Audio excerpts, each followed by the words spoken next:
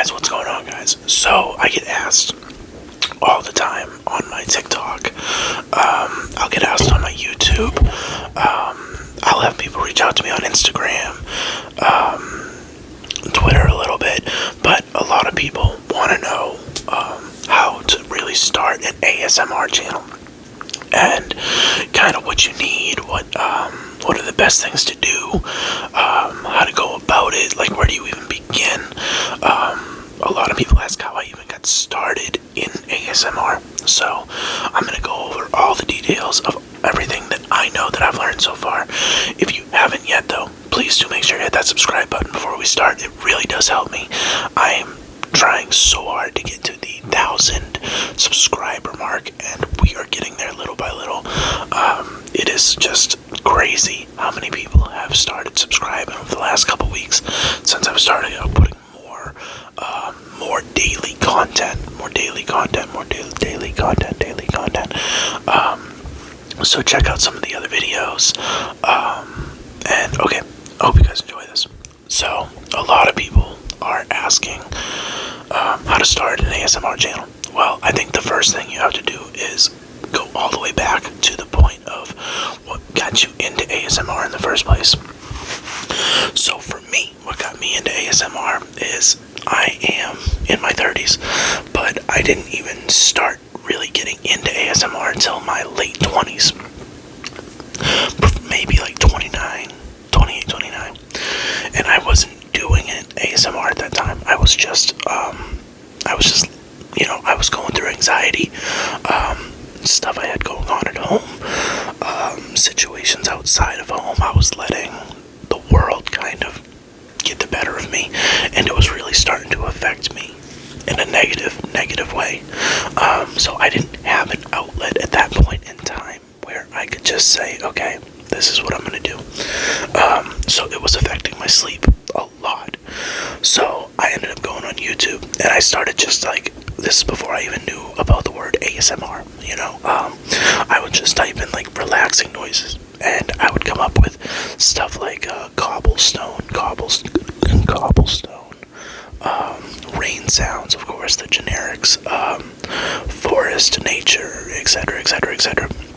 So I would listen to that for a while, and I went back to like the cobblestone thing a couple times, but for some reason one day I was like looking it up because I was trying to find something else to help me relax, and it said like cobblestone / ASMR. So I was like, ASMR, I was like, I think I vaguely heard that before. So I started looking up ASMR and going down that rabbit hole of like so many different things that there's thousands of different triggers out there. So I started seeing like some of the more speed ones, more slower ones, more just talking, whisper, storytelling, all those kind of things, and it really got me into the ASMR community, and it really helped me when it was time like to help me relax and go to sleep and everything, because I had another outlet other than just like the generic sounds, and because it was people doing it, it felt like more of a more personal in a way, more personal and not so generic, I guess, than just typing in like forest sounds and seeing a tree with birds chirping, which is still fine. I still do that every now and then, but that just what opened the gates. So I did that. I was a fan of ASMR for like, I don't know, maybe a year and a half to 2 years. Before I was like, you know what? I think I could do this. Because I enjoy it. This is something that I have obviously some form of a passion for, and I was like, well, let me give it a try. Let me give it a try.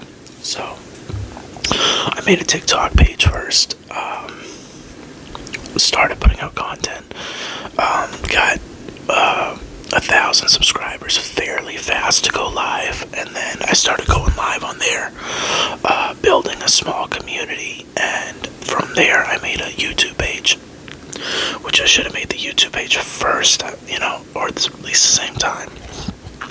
So I would post something on TikTok, and then I would post a video on YouTube, and then I would go on live, and I would just, try to cross promote on everything to try to get as much as possible out there for people to enjoy.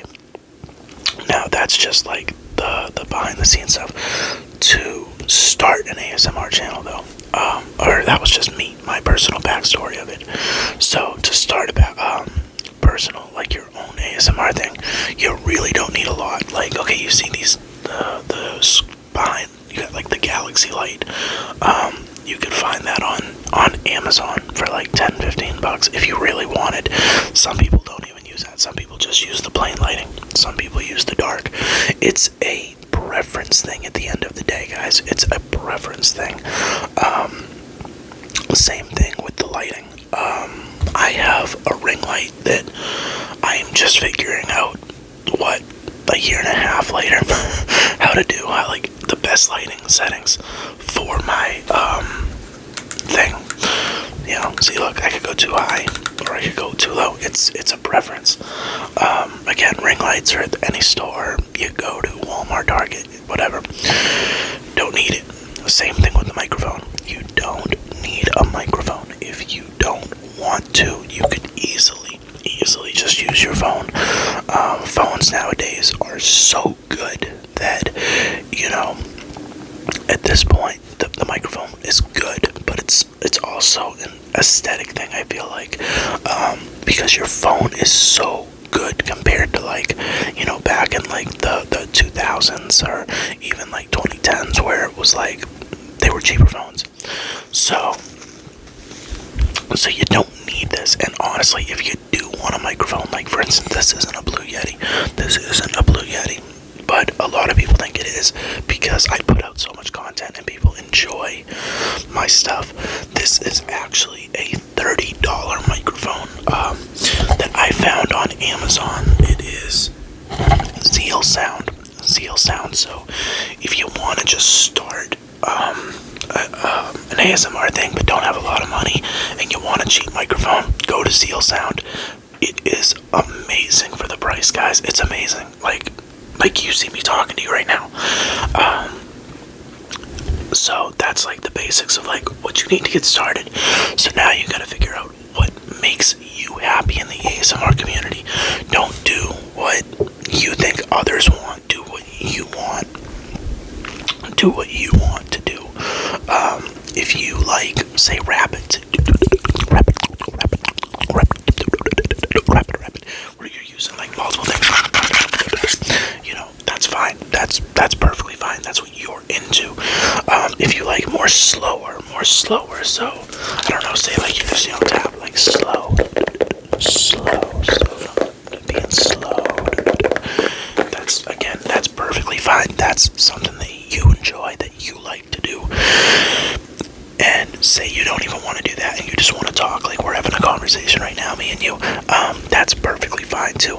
You gotta find your own niche with it, because at the end of the day, this is something that is gonna take, like if you're trying to build, this is something that you're gonna have to do for quite a while in order to build a following.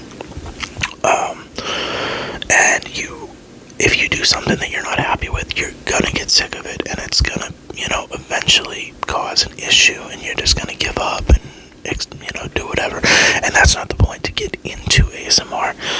Like I said, I always found it to be part of a relaxing thing for me. I've really grown to enjoy ASMR. Also, you'll notice when you start getting into it, if the community, the ASMR community, it's such a great community. I've been to a lot of different communities. Like, I'm a wrestling fan, I'm an anime fan, I'm all these kinds of things, horror fan. But the ASMR community is so accepting, and they are honestly some of the nicest people out there that you will meet, because they are, in a way, kind of like you. Like, you're trying to find an outlet, which most of the time for ASMR artists, that's kind of what it is. You're finding that outlet to get out and, just feel relaxed. So with that being said, with the yin comes the yang, and there's always some good with the bad. You are gonna have people, honestly, that do judge you, but at the same time, they are not the normal.